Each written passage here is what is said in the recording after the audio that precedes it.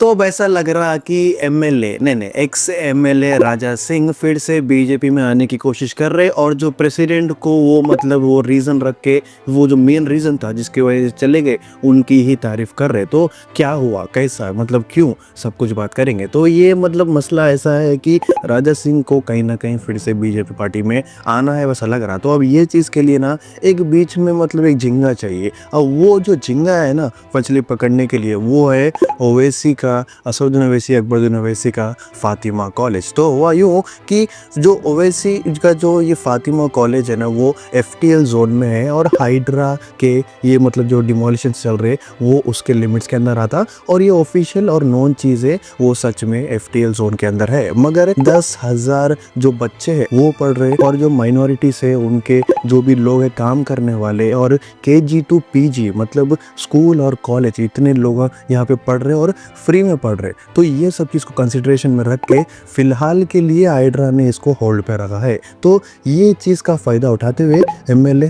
Ex MLA Raja Singh ने किया क्या, उन्होंने रामचंद्र को जो एक क्रिमिनल लॉयर भी है, क्रिमिनल एडवोकेट भी है, जो बीजेपी के स्टेट प्रेसिडेंट है, जिसकी रीज़न की वजह से, जिसके आने की वजह से एमएलए राजा सिंह चले गए थे, अब उनके सपोर्ट में आके उनसे कोलैबोरेशन में लगा के वो ये बोल रहे कि आप एक काम करो, आप एक क्रिमिनल एडवोकेट है तो आप पिटीशन डालो और ये पर्टिकुलर जो भी ज़मीन है, जो भी ये बिल्डिंग है, इसको एनक्रोच कराओ। तो ये एक नई चीज़ है, मतलब ना जहाँ पे 10,000 बच्चे पढ़ रहे, जहाँ पे वो हज़ारों जो भी मतलब औरतें हैं वहाँ पे काम कर रहे और KG to PG फ्री में लोग पढ़ रहे, वहाँ पे मतलब ना हाइड्रा जो गवर्नमेंट है वो न्यूट्रल स्टैंड रख के बोल रही कि इसको डिमोलिशन करने से पहले हम सोचेंगे क्योंकि बहुत फैमिलीज को झटका पड़ेगा। वहाँ पे ऐसे लोग आके मतलब और फोर्स कर रहे और बोल रहे कि पिटीशन डालो और ये बिल्डिंग को जल्दी से जल्दी तोड़वाओ। तो ये एक नई कंट्रोवर्सी है जहाँ पे सब लोग ऐसा बोल रहे कि फिर से बीजेपी में आने के लिए, फिर से कमबैक करने के लिए ये एक नई हरकत है। और वहाँ पे एक स्टेटमेंट था राजा सिंह का कि उन्होंने बोला है रामचंद्र को कि जब ये रामचंद्र प्रेसिडेंट बने थे उन्होंने बोला था कि बहुत लोग मेरे को डम्मी समझ रहे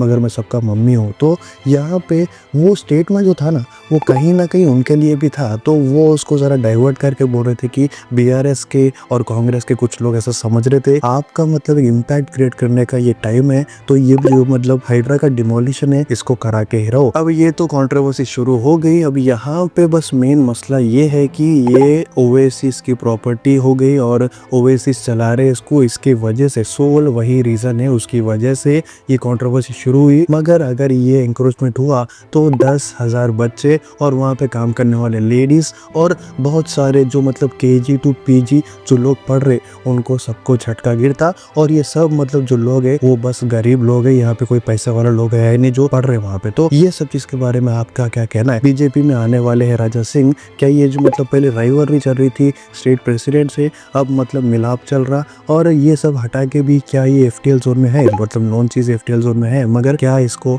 एंक्रोच करना या फिर नहीं, और जो एंक्रोचमेंट है वो क्यों नहीं कर रहे उसके बारे में हम अलग वीडियो में बात करेंगे। ये सब चीज़ के बारे में आपका क्या कहना है कमेंट करके बोलो और अगर कोई नए हैं प्लीज़ सब्सक्राइब कर लो।